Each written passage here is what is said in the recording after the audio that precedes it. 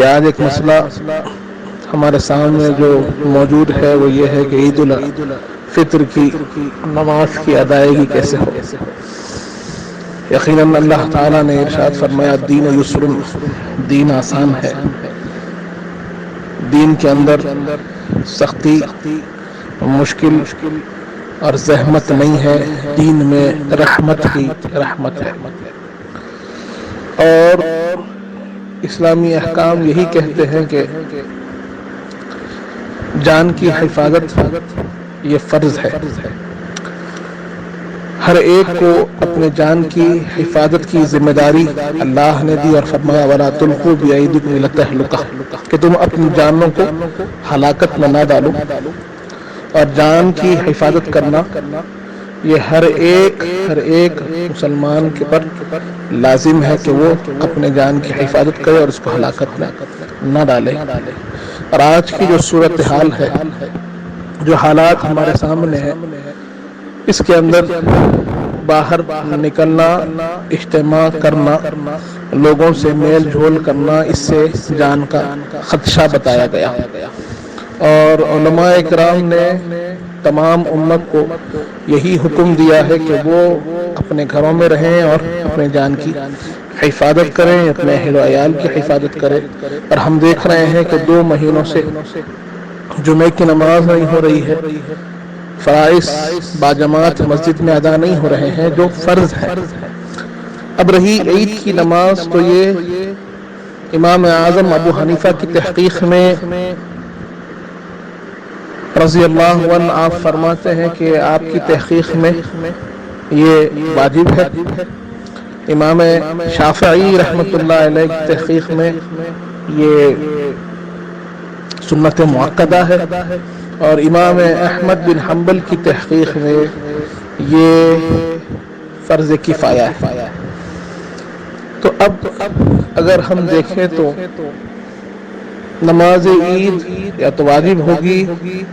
یا سنت ہوگی یا فرض کفایہ ہوگی، یا الگ الگ تحقیقیں ہیں۔ اور جان کی حفاظت یہ فرض ہے، اس میں کوئی اختلاف نہیں۔ اب نماز عید ادا کرنے کا جو مسئلہ ہمارے سامنے ہے کہ حکومت ہم کو اجازت نہیں دے رہی ہے، اور اگر ہم باہر نکلیں اور حکومت سے مخالفت کرتے ہوئے نماز عید ادا کرنے کی کوشش کریں تو پھر یہ ہماری امت اور ہمارے دین کے بدنامی کا سبب ہوگا، اختلاف اور انتشار کا سبب ہوگا، حالات اور مقدر ہوں یہ ممکن ہے۔ اسی لیے تمام علماء کرام نے، تمام مکاتب فکر کے علماء کرام نے یہی فتویٰ جاری کیا ہے کہ سب اپنے گھروں میں نماز عید ادا کریں۔ دوسرا سوال یہ اٹھتا ہے کہ نماز عید کیسے ادا کریں؟ تو اس پر یہ بتایا گیا ہے کہ نماز عید اگر ہم نہیں پڑھ سکتے ہیں تو پھر اس کے بدلے میں 4 رکعات نماز نفل گھر میں ادا کریں، اور یہ عام نافل کی طرح ہوگی۔ اس کی نیت چاہے تو صلاۃ الحاجت کے طور پر کریں، یا پھر شکرانے کی نماز کے طور پر کریں، یا پھر چاشت کی نماز کے طور پر کریں۔ اس طور پر 4 رکعات نماز گھر میں ادا کریں، یہ ایک تحقیق ہے۔ اور اس کی دلیل ہم کو ملتی ہے حدیث پاک میں، حضرت عبداللہ ابن مسعود رضی اللہ عنہ روایت فرماتے ہیں کہ اگر کوئی نماز عید نہ پڑھ سکے تو پھر اس کو چاہیے کہ وہ گھر میں 4 رکعات نفل نماز پڑھیں، چاہے تو 4 رکعات ایک سلام کے ساتھ پڑھ سکتے ہیں، یا پھر 2 کر 4 رکعات پڑھ سکتے ہیں۔ یہ ایک تحقیق ہے جس کو امام اعظم ابو حنیفہ رحمۃ اللہ علیہ نے اختیار فرمایا۔ اسی طرح دوسری ایک تحقیق یہ ملتی ہے کہ ہم عید کی نماز اگر چھوٹ جاتی ہے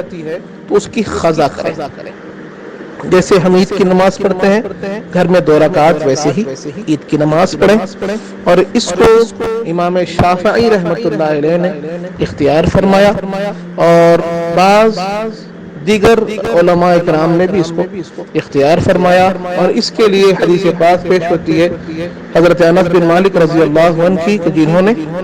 اپنے گھر میں عید کی نماز ادا کی تھی جب ان کی عید کی نماز چھوٹ گئی تھی۔ تو اس طور پر دونوں تحقیقیں ہمارے سامنے ہیں، لیکن اکثر علماء اکرام، اکثر مفتیان اعظام نے حضرت عبداللہ ابن مسعود رضی اللہ عنہ کی جو روایت ہے اس کو اختیار کیا، کیونکہ اس کے تائید میں ایک اور حدیث پاک مولا علی مشکل کشا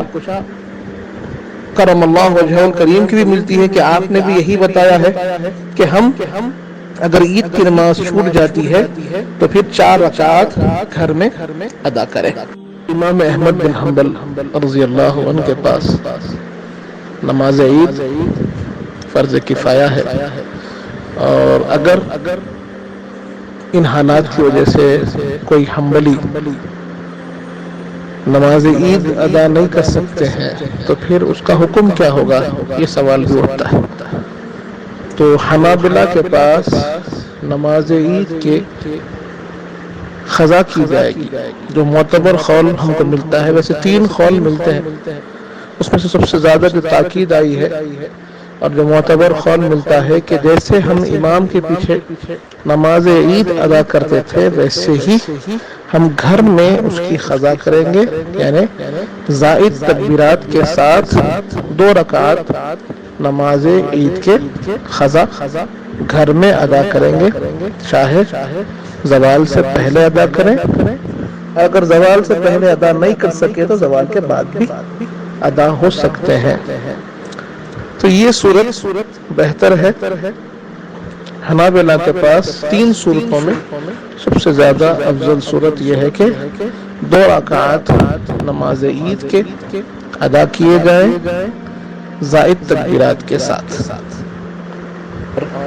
گھر میں جو کچھ ہے صدقہ فطر دے، اللہ کی راہ میں خرچ کریں، اللہ کی بارگاہ میں دعا کریں کہ پروردگار اپنے فضل و کرم سے